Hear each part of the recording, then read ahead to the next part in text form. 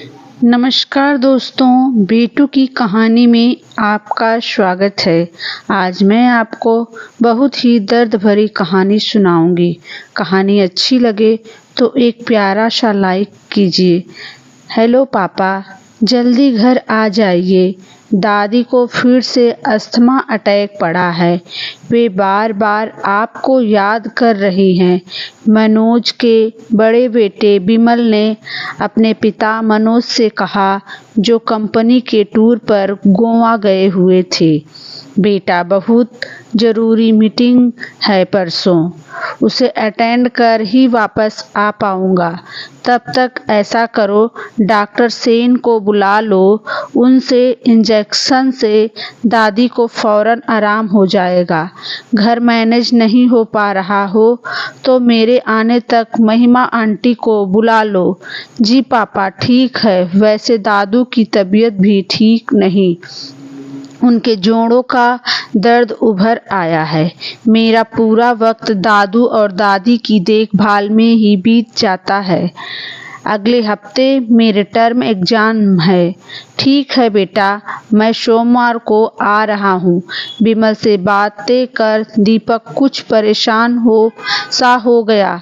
जब से उसकी पत्नी पूनम की साल भर पहले पीलिया से मौत हुई है, घर घर न रहा था। सब कुछ अस्त व्यस्त हो गया था। तभी उसके फोन पर ऑफिस का कोई मैसेज आया और वह अपने काम में व्यस्त हो गया। उसके घर पर विमल और सचिन, उसके 2 बेटे, दादी की देखभाल में व्यस्त थे, जिन्हें अस्थमा का गंभीर दौरा पड़ा था। उनके लिए फैमिली डॉक्टर बुलाया गया था। कुछ ही देर बाद दादी को देखकर वह जा चुका था। डॉक्टर के दिए इंजेक्शन से दादी को आराम आ गया और वे शांत लेटी थी। लेकिन अब दादू अपने जोड़ों के दर्द से कराहने लगे। विमल से बोले, विमल बेटा, जरा सेक की बोतल में गर्म पानी भर ले आ। आंटी, बात तो आप सही कह रही हैं। मुझे अपने सिंगल रहने के फैसले से कोई गिला नहीं। अब तो कंपनी के लिए महिमा भी है। बस अब मेरा शरीर साथ नहीं देता। मेरा ब्लड प्रेशर दवाई लेने के बावजूद हमेशा बहुत हाई रहता है। तबीयत हर समय गिरी गिरी रहती है। पूजा बेटा, तेरा यह हाई ब्लड प्रेशर भी तेरे इस अकेलेपन की वजह है। बेटा, जिंदगी के सफर में कोई सुख दुख बांटने वाला हो तो जिंदगी की मुश्किलें आसान हो जाती है। लेकिन तुम लोगों को यह बात समझ में आए तब तो। मुझे तो अब दीपक की चिंता खाए जाती है। कैसे अकेले जिंदगी काटेगा। अभी तो खैर हम दोनों हैं, ये दोनों बेटे हैं तो उसका समय ठीक ठाक कट जाता है। कल को जब हम दोनों नहीं होंगे, दोनों बेटे पढ़ लिख कर नौकरी पर चले जाएंगे, तब उसका क्या हाल बनेगा। अरे आंटी, कल की चिंता आज क्यों करनी, सब अच्छा ही होगा।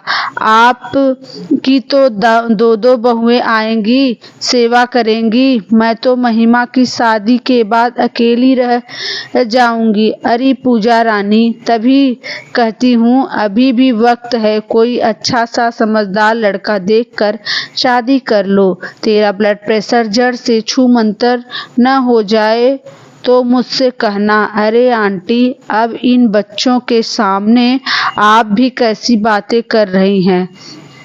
अब तो इन बच्चों की शादी का समय आएगा। महिमा 23 साल की तो हो ही गई और 5-6 साल की बात है। मैं अपनी प्यारी मम्मा को छोड़कर नहीं जाने वाली। आप निश्चित रहो, मैं कभी शादी नहीं करूंगी। महिमा ने अपनी माँ के गले में अपनी बाहें डालते हुए और उन्हें एक झप्पी देते हुए उससे कहा, मेल क्यों नहीं दादी, उन दोनों का ही तो मेल परफेक्ट है। दादी, क्या आपने गौर किया पापा और आंटी में कितनी गहरी दोस्ती है। मम्मा के बाद अगर पापा किसी से खुले हुए हैं तो वह पूजा आंटी ही हैं।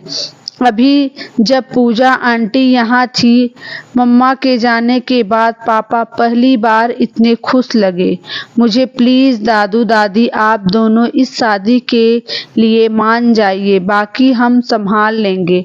पर बेटा वह जैन है, दूसरे धर्म की है। दादी आप ही तो कहती हैं इंसान का सबसे बड़ा धर्म उसका स्वभाव, उसकी इंसानियत होता है। पूजा आंटी इस कसौटी पर तो खरी उतरती है न। कितने मीठे स्वभाव की, जेंटल और हंसमुख हैं। उनके आने से घर जैसे चहक उठता है। फिर पापा के पास उनकी कंपैटिबिलिटी गजब की है। क्या आप चाहती हैं कि पापा एक फ्रस्ट्रेटेड जिंदगी जिएं और ताउम्र घुटते रहें? मुझे तो डर है वे कहीं डिप्रेशन में न चले जाएं। मम्मा की डेथ के बाद कितने इमोशनल हो गए हैं वे। बात बात पर तो उनके आंसू निकल पड़ते हैं। यह सुनकर दादू बीच में बोल पड़े, विमल बेटा मेरे लिए दीपक की खुशी से बढ़कर कुछ नहीं। अगर दीपक को इस रिश्ते से कोई एतराज नहीं तो इस रिश्ते के लिए हमारी हाँ है। दादी की चिंता तुम बिल्कुल मत करो, मैं उन्हें समझा दूंगा। दादू की तरफ से इस रिश्ते के लिए ग्रीन सिग्नल मिलते ही विमल खुशी से झूम उठा और बहुत सोच समझकर उसने पूजा को इस मुद्दे पर बात करने के लिए अपने घर बुलाया। इंजेक्शन लगाएं और दादा को इंजेक्शन लगाएं और तब पापा का ब्लड प्रेशर और शुगर लेवल सामान्य हुए।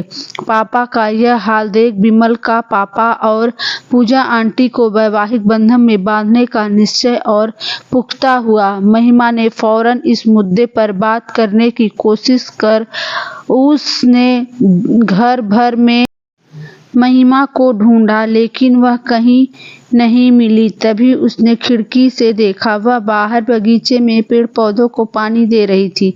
वहां जाकर उसने उससे कहा, महिमा मैं सोच रहा हूँ मेरे नौकरानी पर जाने के बाद पापा का ध्यान कौन रखेगा? आंटी पापा और दादू दादी का ध्यान बिल्कुल मम्मा की तरह रखती है। मेरे पीछे इन लोगों की केयर कौन करेगा? यह सोच सोचकर मुझे बहुत चिंता हो रही है। क्यों न मेरे दिल्ली जाने से पहले हम इन दोनों की शादी करवा दें। बात तो तुम पते की कर रही हो।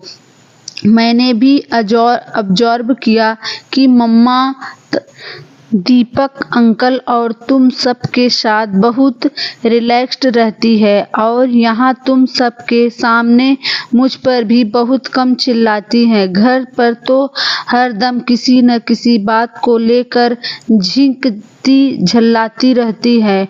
उनका ब्लड प्रेशर भी हरदम हाई रहता है, लेकिन तुम सब के साथ रहने से एकदम नॉर्मल आ जाता है। तुम लोगों के यहाँ वे बेहद खुशी भी दिखती है। इन दोनों की जल्दी से जल्दी शादी करवाना बेस्ट आइडिया है, लेकिन यह तो हमारी सोच है। खुद उन दोनों को शादी के लिए तैयार कौन करेगा? मुझे नहीं लगता मम्मा या दीपक अंकल इसके लिए आसानी से हाँ कर देंगे। इस बार दादी की बात पर पूजा सोच मग्न हो गई, कुछ नहीं बोली। अब विमल चिल्लाया तो दादी अब पापा और पूजा आंटी की शादी पक्की। इस पर तीनों बच्चे खुशी से झूमते हुए चिल्लाए, 3 years टू मम्मा एंड पापा, और तीनों ने एक दूसरे को हक कर दिया। दिन बीत रहे थे, लेकिन पूजा के मन में इस विवाह को लेकर जबरदस्त कशमकश चल रही थी। उसने कई बार इस विवाह को लेकर अपनी आशंकाएं जाहिर करने की कोशिश की, लेकिन तीनों बच्चे और दीपक के माता पिता उसे कुछ न पाने का मौका ही न देते। दीपक के मन में भी इस शादी को लेकर बहुत दुविधाएं थी, लेकिन इस संबंध के लिए माता पिता और दोनों बच्चों के बेशर्त समर्थन की वजह से वह उनसे मुक्त हो गया। अब अलबत्ता पूजा के मन में इस रिश्ते को लेकर आखिर तक हिचकिचाहट थी। वह अभी तक अपने मन को इस बंधन के लिए पूरी तरह से तैयार नहीं कर पाई थी। उसे लग रहा था कि हिंदू समाज उसे अपने समाज में खुले दिल से नहीं अपनाएगा, जिससे उसकी मानसिक शांति के साथ साथ उसकी बेटी के मन की शांति भी भंग हो जाएगी। उसकी यह उलझन भांपकर एक दिन दीपक ने उससे एकांत में दोनों के विवाह की चर्चा छेड़ी। पूजा, क्या तुम मुझे हस्बैंड के तौर पर अपनी जिंदगी में शामिल करने के लिए पूरे मन से तैयार हो? यह शादी तभी होगी अगर तुम्हें इसे लेकर कोई गंभीर ऑब्जेक्शन न होगा। पूजा भी तैयार हो जाती है और उन दोनों की खुशी खुशी शादी कर दी जाती है और तीनों बच्चे, दादा दादी और सब लोग एकदम खुश होते हैं और अपनी खुशहाल जिंदगी व्यतीत करते हैं। धन्यवाद दोस्तों।